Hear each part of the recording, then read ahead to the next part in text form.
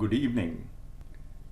Let's get into the techniques for writing a qualitative research paper for publication. There are two strategies one may use to write a qualitative research paper. The first is a regenerative strategy, where you regenerate a qualitatively different form of research using the work of somebody else for publicizing your version of the concepts. This is an approach that's pretty common in Western countries. For instance, I'm working on a paper on why technology gets adopted. So somebody came up with the concept that how much effort you need to put and called it effort expectancy. Another author then called it ease of use, so that people referred to the concept as ease of use versus effort expectancy, because if you were to use the same phrase that somebody else has used, then people will cite that other person and you become the medium to promote the work of that other person instead of promoting your own work. The other strategy is a generative strategy. You generate a quantitatively grounded form of research no one has produced, giving power to anyone to regenerate it with a different quality if they wish to be ahead of the game before someone else becomes a superstar. In this case, the one who is creating a quantitatively grounded form of research that no one has produced earlier is not able to cite any reference, and therefore that person's work will never get published in refereed outlets. However, someone who refers to one's research gets infinite citations, because everyone knows that for credibility they must refer to concepts previously published in an A-class refereed journal. If you come up with an entirely new kind of research, then you will not have citations. Who regenerates your work in a different quality, in a different form, that's the person who is going to become superstar, because everybody then is going to refer to that person's work. For instance, we wrote a paper on entrepreneurial leadership, and there were many authors who created their own versions of constructive entrepreneurial leadership. All these people started with partial approaches. The field on entrepreneurial leadership construct started claiming that more work needs to be done in areas that were already covered in our original construct. So I was invited to a panel where everybody was presenting their work on entrepreneurial leadership, and they were claiming that these are areas which have not been covered by anyone. And then I pointed out that the original work that none of them were citing, because they were all busy citing their own work, which derived from the work that we did. And our work already included all the elements that they were saying is missing in the work that they had done. I recommend all of you focus on regenerative strategy, because by following a regenerative strategy, you give yourself a very long-term life trajectory for your research. You can continuously improve it. You can continuously find areas where you have not been able to understand or include everything that was initially generated by somebody else. And therefore now you need to, you find an opportunity to continuously integrate those elements once you bring a stream of followers who are citing your work. It ensures circular economy. You do not have to make the effort and bear the cost similar to the one pursuing generative strategy. And regenerative strategy is also the need of hour. There's a lot of generative work which has been done even in our ancient times, in our ancient scriptures. The people are not referring to that work at all, because that's out of fashion. So if you regenerate that work using terms like mindfulness and other jazzy words, you bring them into fashion. You are able to then recycle the wisdom which has got lost, get everybody engaged in collective sense making. That will help your work to move even faster forward. What's the essence of regenerative strategy and how it differs from generative strategy? A regenerative strategy regenerates the benefit of a resource after it has been consumed and assumed to be left with zero value. We have our ancient scriptures, it's assumed to be left with zero value. It's something that everybody has beaten to death. If we are able to regenerate the value of yoga, now the yoga has become a huge business. We are able to regenerate the benefit of various techniques, the various knowledge systems that exist in our nation, in India, and internationally. Your approach is cost effective. You don't have to put a lot of effort in trying to figure out things. All you need to do is reconstruct the ideas that already exist and talk it in different terms, the terms which are more in sync with the modern language, which connect with the youth. Instead of saying grandmother, super auntie, that way you become popular. Regenerating value costs nothing when you begin with nothing. If you are generating new knowledge, it costs you a lot of effort to source new value. Without the resource, because nobody is giving you credit, the credit goes to the one who is regenerating that in new form. You just receive the discredit from your loved ones. It's like a sadhana, it's tapasya, where you're devoting significant amount of time and energy. It's the one who is diluting that and making it jazzy and sync with the contemporary times, the timeless knowledge. It's making it time bound, space bound. That person's work is appreciated. That's the person who gets the credit. You don't get the credit. Okay, the value captured increases as the cost of resource consumed increases.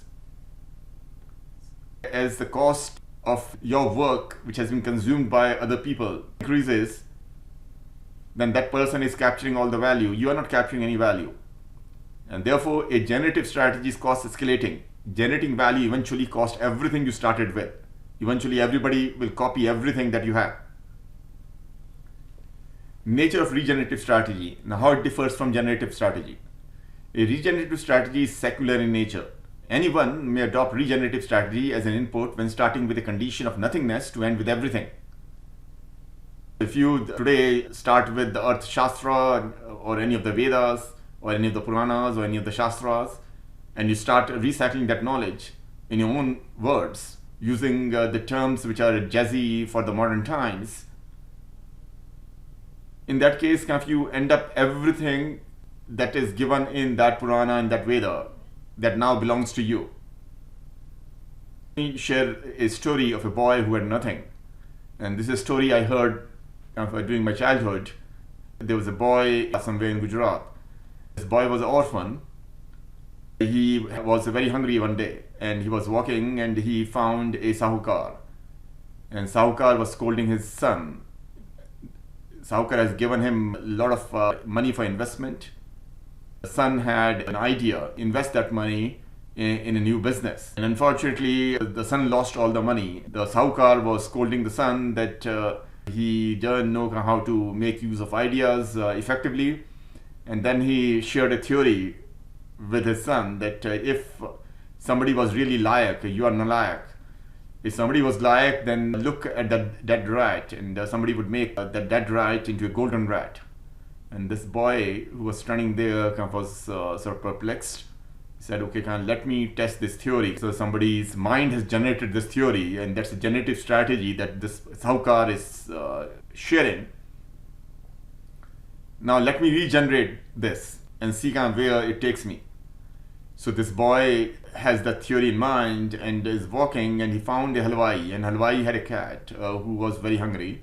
Halwai said that would you be willing to give your rat that's in your hand to my cat, and in return I will give you some chana. And the boy says, okay, I'm very hungry, I can't do much with the rat, let me give this rat. And because the boy was hungry, the chana was limited in quantity, so he also put some water there so that the chana gets soaked, and so he waited for an hour or so. And just about when he was going to eat that chana, there were some woodcrafters who were walking by, and they were coming from long distance, and all of them had a lot of wood logs on their head, and they asked them that they are very hungry. Would he be willing to share the chana? And they said that in return we'll give you one log each. Okay, so each of the 5 crafters gave one log each to the boy. Now the boy was walking with the logs, and the halwai again saw him, and actually during that time there was heavy rain, and therefore there was no dry wood in the town. So halwai was not able to make his angiti and not able to cook anything, and he asked the boy that if he's willing to give his logs to him, he will give him even more quantity of chana. He again put the water, and next day he gave it to the woodcrafters, and each one of them now gave him 3 logs instead of 1 log. And so now the boy was in 2 businesses. He was in the business of giving logs to the halwais. In exchange, he got another business of feeding the woodcrafters. So he was in a way becoming a medium to feed everyone who was eating food from the halwai. And he was also feeding the woodcrafters, and soon enough the boy became the richest, the wealthiest person in town. One fine day he made a golden rat and took it to Sahukar. The boy said, this is my Guru Dakshina. Sahukar said, I'm very miserly, I know very clearly, I never share any of my ideas with anyone to make money. I'm very protective of my knowledge. I don't really remember sharing anything with you. The boy says, you provided a theory to me, ran with that theory and seek the result. Today I've become the wealthiest person in town. The Sahukar was amazed. He said that I will accept your Guru Dakshina under one condition. And boy says, what? Sahukar says that you have to marry my daughter. The boy who had nothing ended up with both the wealth and the wife. The theory that was generated by the Sahukar's brain, and he took that theory, he tested that theory, and he proved that theory right. Okay. Generative strategy, on the other hand, is spiritual in nature. Everyone with something may accept the output of a generative strategy to be left as the enjoyer of the thing they have consumed, which some say is the spirit. In our ancient scriptures, it said that what you consume is not the thing. You consume the spirit. I spent a year in Japan, and in Japan, they always look at the spirit of the things they're consuming. They will look at something and they'll feel something, and they'll say this vibe is not very good. The air is not very good. They will say that anything which is made in China has very gross vibe, because look at in China, they like everything big. Large companies, large everything, they don't really like miniature things. For them, in the Chinese culture, big is better. In Japan, the small is better, miniature things are better. The more things you can do in a grain of rice, that's what is the art. So Japanese are concerned with the spirit. And so one consumes the spirit to be conscious of joy the spirit produces. Joy is the benefit the soul reproduces after the spirit produces the cost of enjoying. Spirit that you get, there's a cost of enjoying, because the person who generated that thing invested his or her spirit in producing that, and therefore there was a cost. But your soul is reproducing that, regenerate a benefit of joy. How? What happens when we watch a movie and catch a spirit with the belief we could have scripted a different ending? You are thinking all the time, even while you're driving back or walking back to your home, you're thinking that you could have written a much better ending, and that would have led to a much grander success of the movie. For the next few days, whether you're dreaming or whether you are trying to sleep or you're waking up in the day, all the times you are playing a different script. So what you have done, you have become a script writer, and you believe that as a script writer, you have now done a better job than the original one. Okay. Now you want to share that with somebody else, and maybe produce your own movie. But because your work resonated with everyone, you have become a person who is guiding thousands of other people to also become scriptwriters, to create their own movies. Effect of regenerative strategy and how it differs from generative strategy. Effect of regenerative strategy is supernatural. It makes us divine, capable of determining virtues that generate natural excellence effortlessly, just with imagination of a life's mission and intuition about its value for everyone who wishes to be a part of our life story. They follow us They become part of our life story because the more they follow, more they refer to our work, the more prominence we get. Okay, so by regenerating, we create a supernatural element. We become supernatural because we are regenerating what exists. And what exists is really of zero value. The movie that we watched, that was not good. That was in our mind, it was a trash. And that's the reason why we had courage and inspiration right at the moment that we watched, that we could have done a much better job. If that was written by somebody who's a celebrity, then you are not going to think that you can do a better job. Okay, but once you have written it, everybody else will say that you've done a great job, you have become the celebrity. The others are now going to extend that in new ways. We'll create extensions of it, part 1, part 2, part 3. So effect of generative strategy is natural. So the one who initially wrote the script, that effect is natural.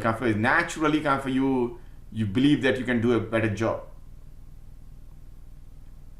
Trading the spirit takes space in our mind. If our mind is cluttered with other scripts, in that case, we cannot trade the spirit of the movie that we watched or the writing that we read. Okay, so we are not going to grasp the spirit of Vedas and Puranas and Shastras if our mind is already cluttered with other concepts. So you have to clear our mind in order to really grasp the spirit.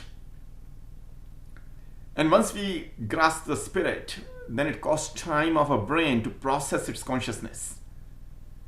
Okay, so there's a consciousness of the person who has written the book, who has written the script of the movie. That person had certain experiences, and that's what that person brings to that script. So our brain now takes time to process that consciousness and to integrate that within our consciousness to come up with a qualitatively different script. So consciousness is the benefit our body embodies, because that consciousness was not part of our consciousness. We have now traded a consciousness and generated a benefit, and the consciousness is the benefit our body embodies as a soul.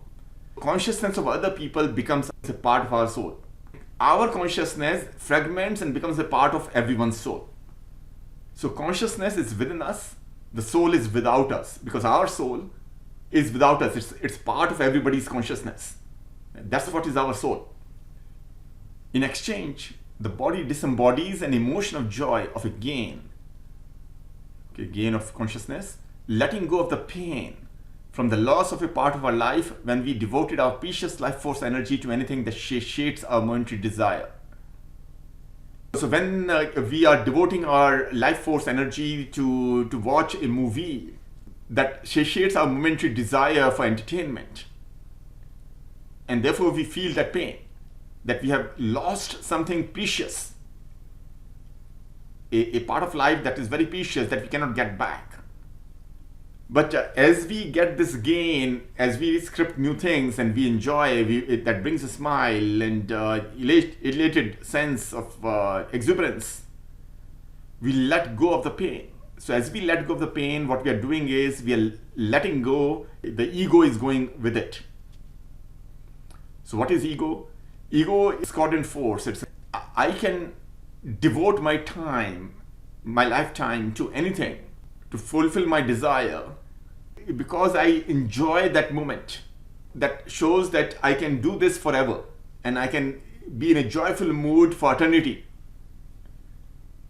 That it costs me nothing to enjoy everything.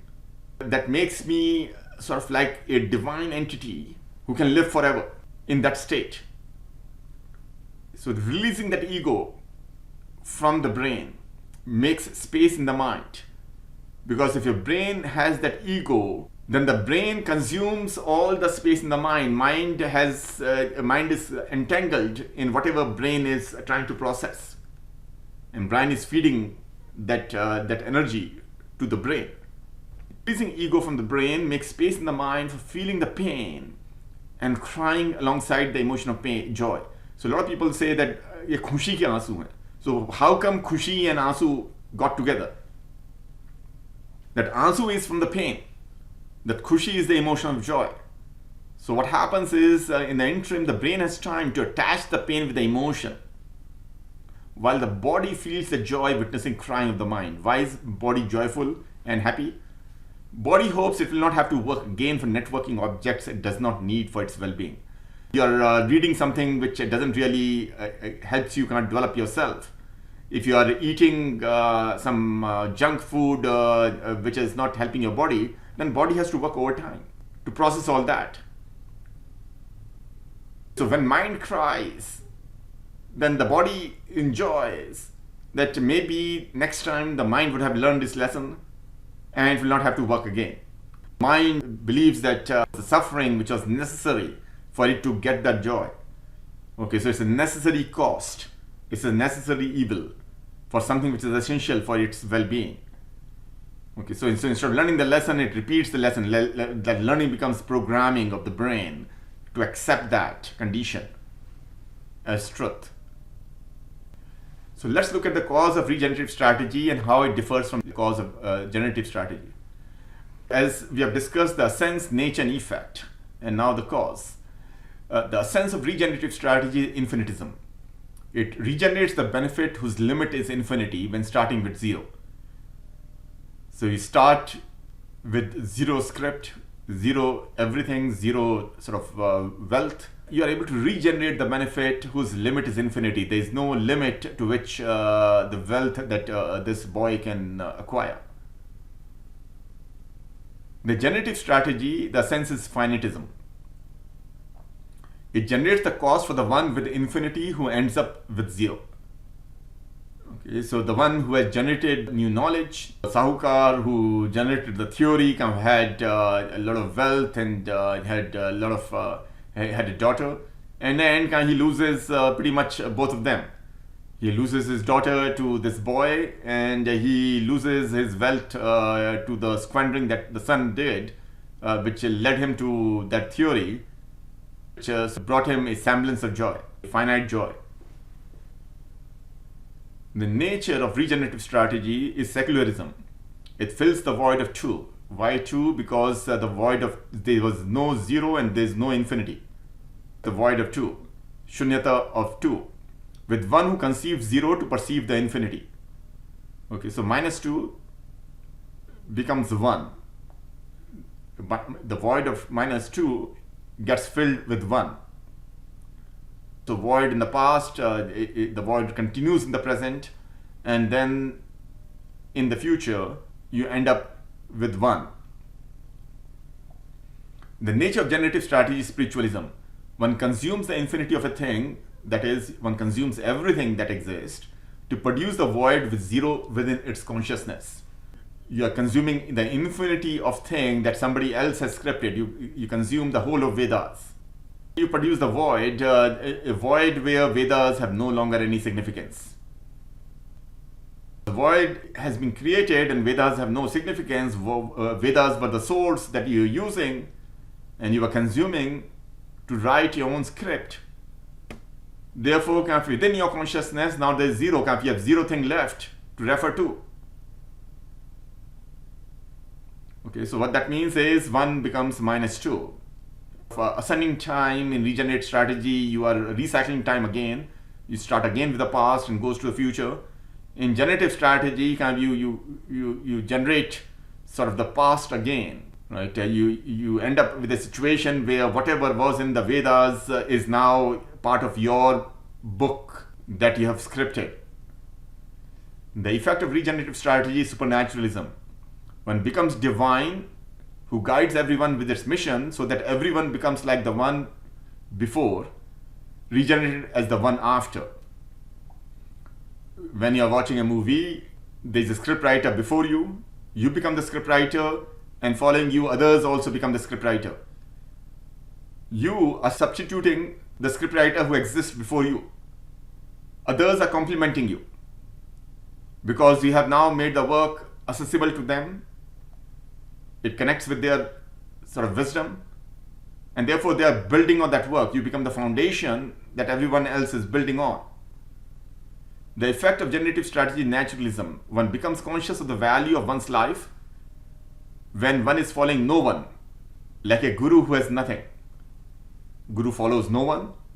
Guru becomes naturally conscious of the value of his life, because when all the chelas are following what a guru is doing and building on the work of guru, okay, they're not competing with the guru, they're building on the work of guru. The cause of regenerative strategy is a guide. Guide is the one who is mediating the one before and the one after, like God. You're watching a movie, you are writing the script, you are the boy who is taking the theory from one who has already created wealth, and now you're passing on the theory to maybe your child. Therefore, the guide energy value is 111. On the other hand, the guru is guider, guide with the responsibility, guider, as the one who has become zero, because nothing is -1. Okay, if nothing has zero, I have zero thing left with me to refer to, but nothing does not include infinity, because I have become I have realized that infinity. Okay, I'm left with zero, but I have realized infinity, and therefore out of those two, nothing is left with -1. The energy value of nothing is -1,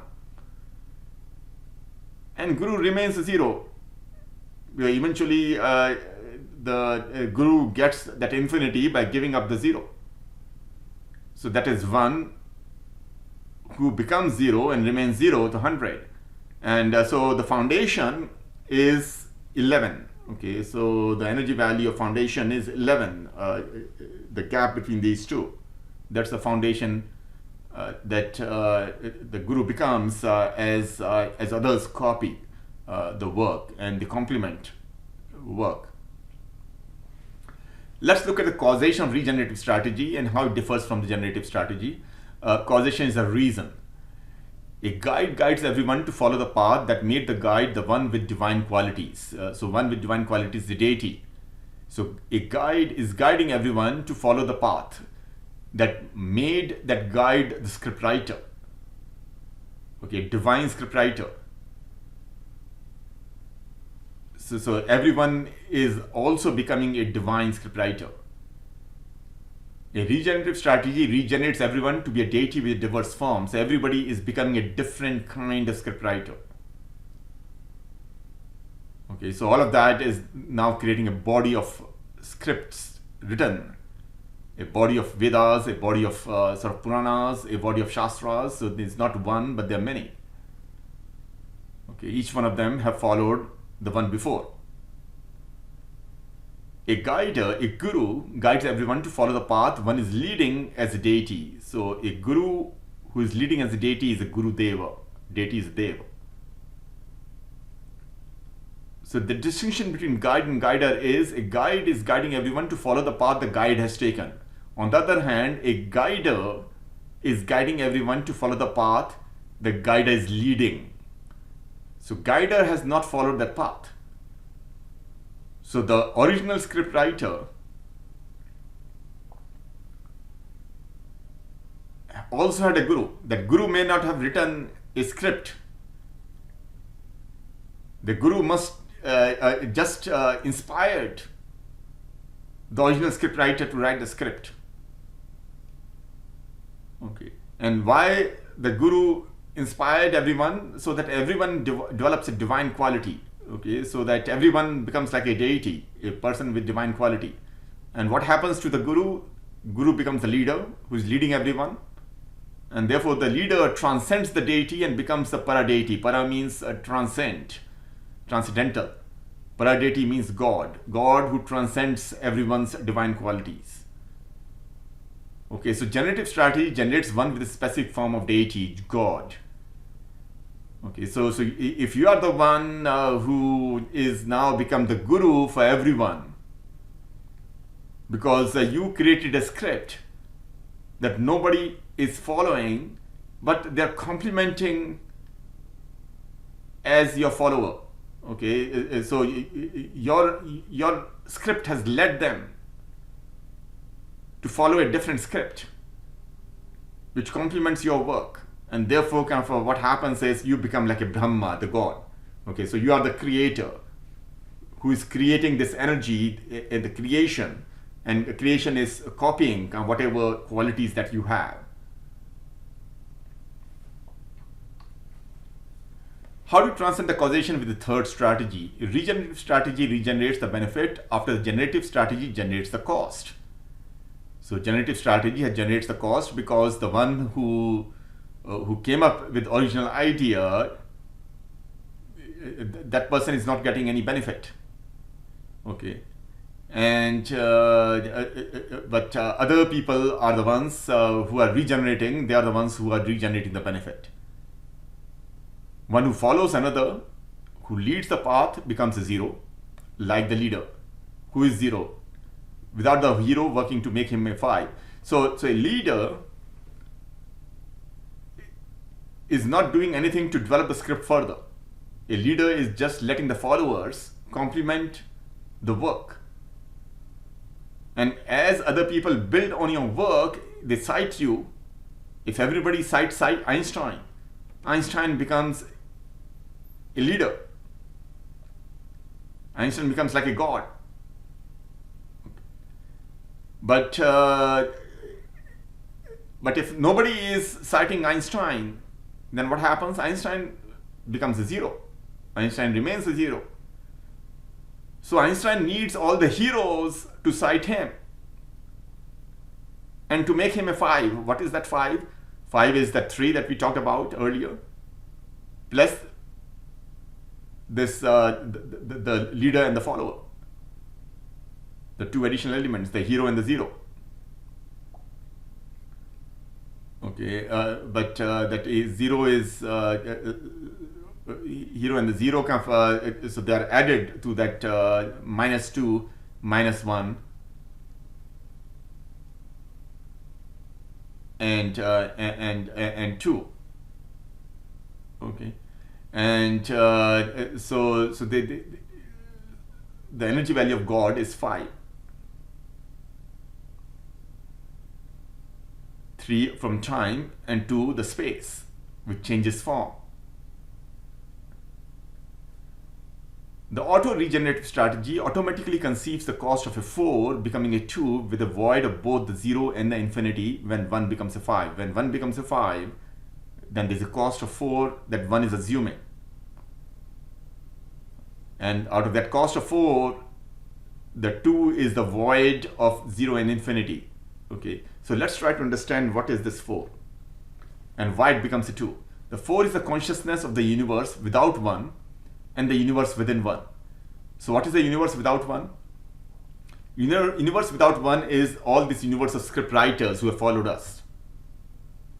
And the universe within 1 is all the universe of scripts which have been created within us that we share as a movie with outside. Okay, so 4 is the consciousness of 2 universes. Each universe is a Brahman, and each Brahman has a value of 2. Why? Because universe is 1 which universalizes with oneself. No, universe is 2 is the universe 1 universalizes with oneself and everyone else. 1 leads with self as a quantum system. So universe includes oneself and everyone else. So there are 2 elements. Okay. So 2 elements within and 2 elements outside. Universe within, universe without. That's the consciousness. As I said, consciousness and soul are sort of mirror images. So soul is also 4. Because we have other people's soul within us,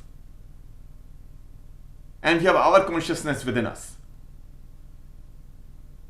And totality of that is our aggregated consciousness. Okay. So totality is 4, which is divided into these 2.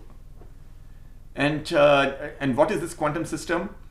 Quantum system is a superpositioned system that you become a person who is superpositioning your consciousness on everyone else, so that everyone else sort of builds on that consciousness. So why one leads as a quantum system? One leads as a quantum system because one conceives consciousness deficit after scripting a desire, and therefore perceives a need of power to energize consciousness. So when you desire something, your soul perceives that whatever you're desiring, that doesn't exist within your consciousness. So there's now deficit in that consciousness. Because there's deficit in consciousness, that means that you need some power to energize the consciousness to fill that gap that has come, the void that is emerged.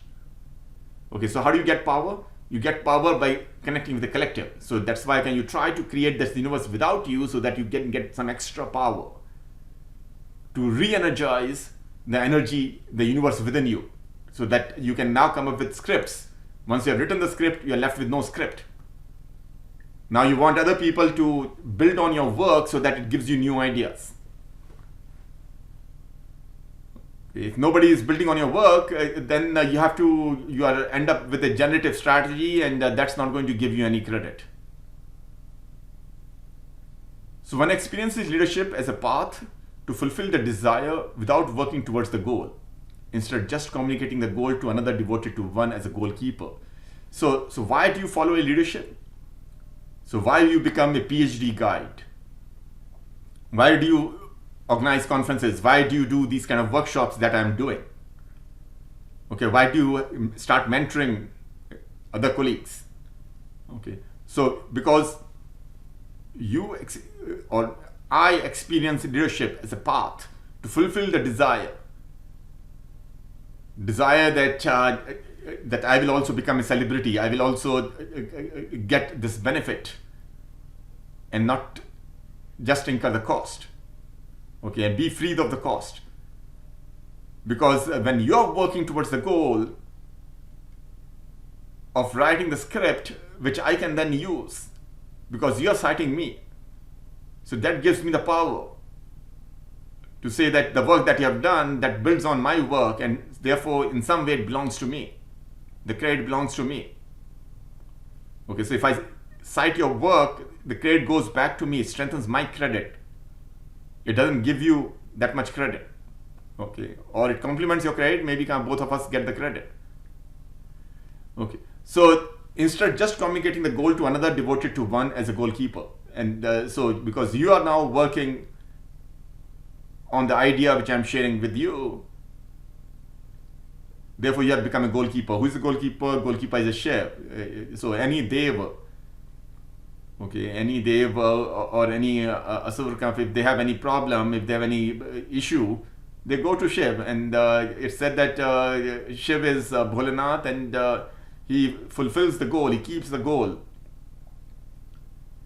Okay, so what has happened is that I kicked my goal like a ball to you, and so that you keep the goal, and that gives me prominence as you work on that idea. Okay, when a goalkeeper assumes responsibility, one superpositions its consciousness like that of a father, taking the goalkeeper as the mother who guides him. Okay, as a goalkeeper is assuming responsibility, I am assuming I'm positioning my consciousness like that of a father, and so the work that I'm doing now, the goalkeeper is guiding my work. The scripts that you write, as I mentioned, so I get involved in the work that you are doing. So you have become the mother who's creating the path with her creativity, with your energy, Mother Shakti, who's guiding my consciousness as to where I should be leading the next generation. Okay, so if you take me to positive psychology, then I'll start working on positive psychology, and then next lecture I will give is on positive psychology, and therefore I will create more scholars who are working in that area of positive psychology. Okay, why am I doing that?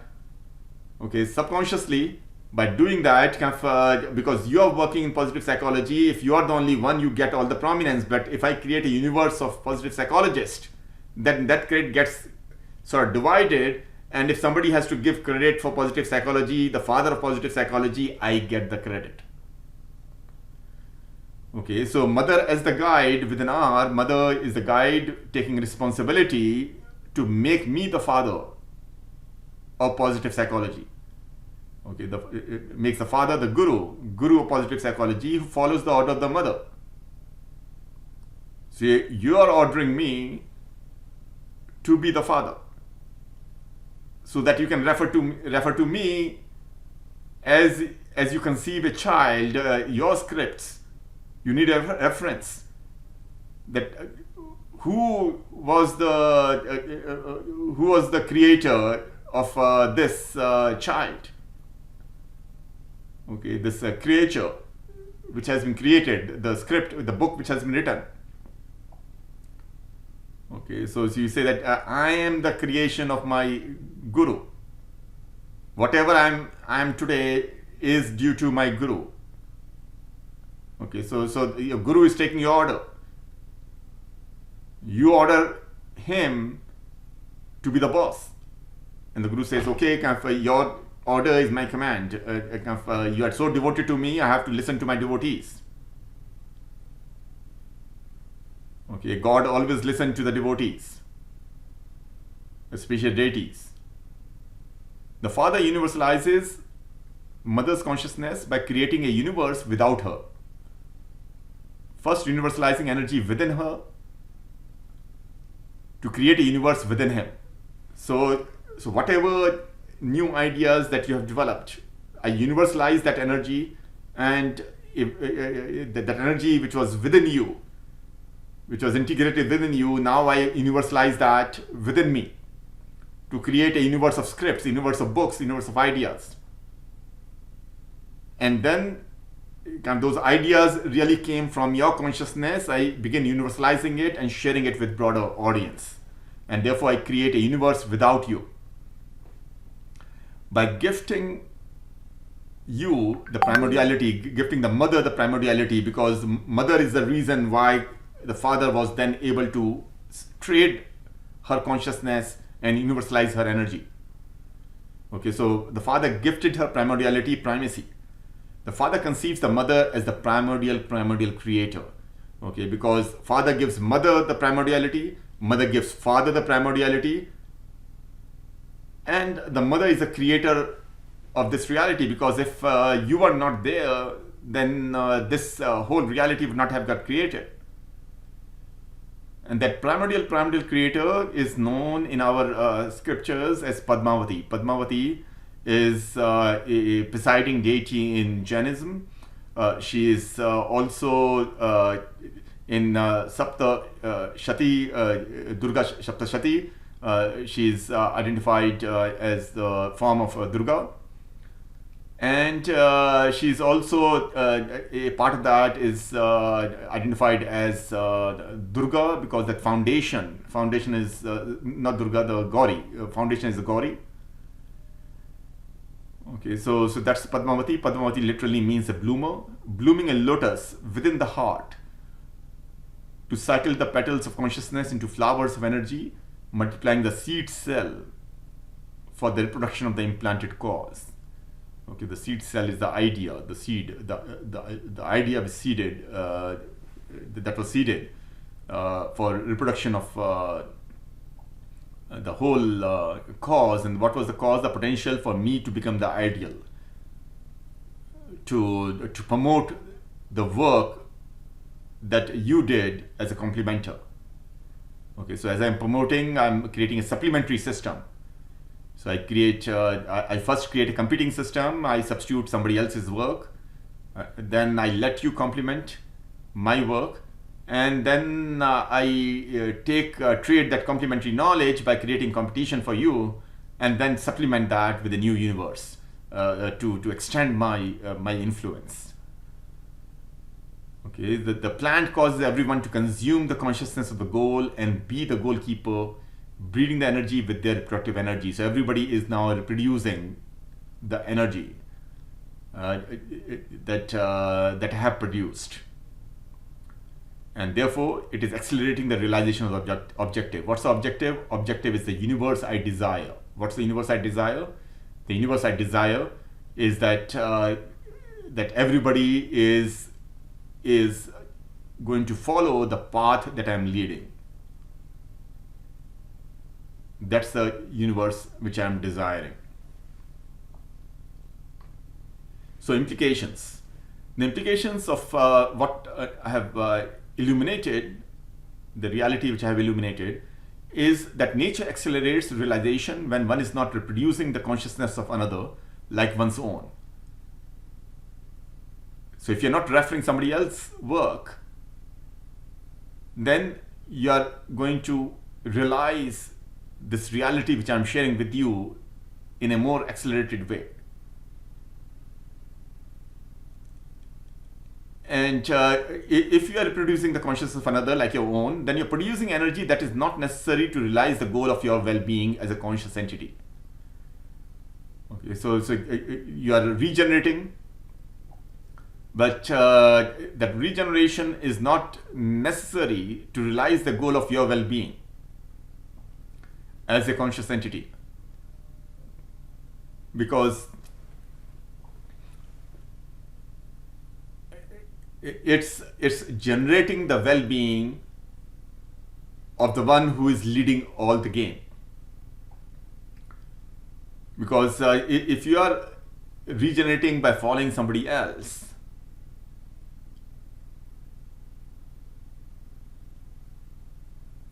then you don't enjoy the well-being. You need to generate your own ideas. So that generative piece is critical to that regeneration. Unless you regenerate the work that other people are doing with your ideas, with your force, with your workforce as a conscious entity, you're not going to enjoy the benefit of that. We reproduce consciousness of entities we have met in the past physically, in the present intellectually by conceiving their presence in our mind, and in the future mentally by perceiving their absence from our consciousness. So what kind of consciousness can you use to regenerate ideas? So we regenerate ideas by reproducing consciousness of entities we have met in the past physically, and that meeting may be through the books, maybe through the art forms that somebody has created and some objects that they have manufactured, and we consume it. So we meet the spirit of that person. We may have met them in movies, we may have met them in their dreams in the past physically. Each person, when we are meeting, they're leaving a sort of some energy of about their knowledge with us. In the present intellectually our brain conceives the presence in our mind of entities. So if you're seeing me intellectually, you're conceiving me as present in your mind, because your mind is sort of perceiving my presence. And in the future mentally, by perceiving their absence from our consciousness.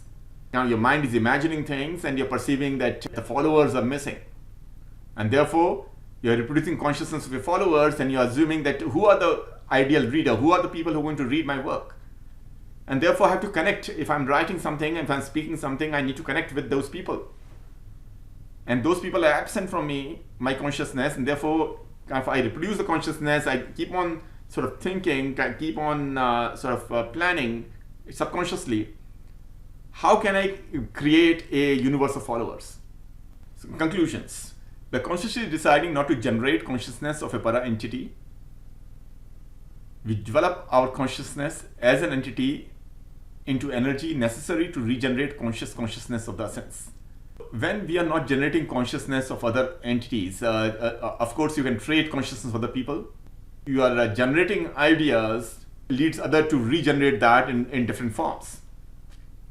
If you don't conceive any deficit, if you don't have any desire to be a different person, happy with who you are, in that case, we develop our consciousness as an entity into energy which is necessary to regenerate consciousness of the essence of the reality. Realization of the essence gives the real sense of the things, knowing the elements that make up everything. You don't really need that theory Sahukar has given. You don't really need that movie as the input for you to script something.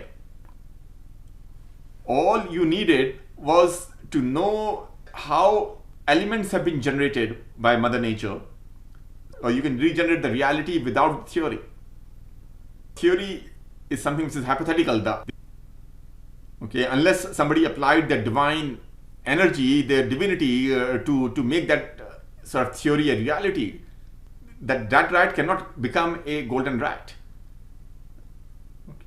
Maybe a lay person would say that the theory of Sahukar was correct, and therefore now everybody should be given a dead rat, and that's the way to become make India wealthy.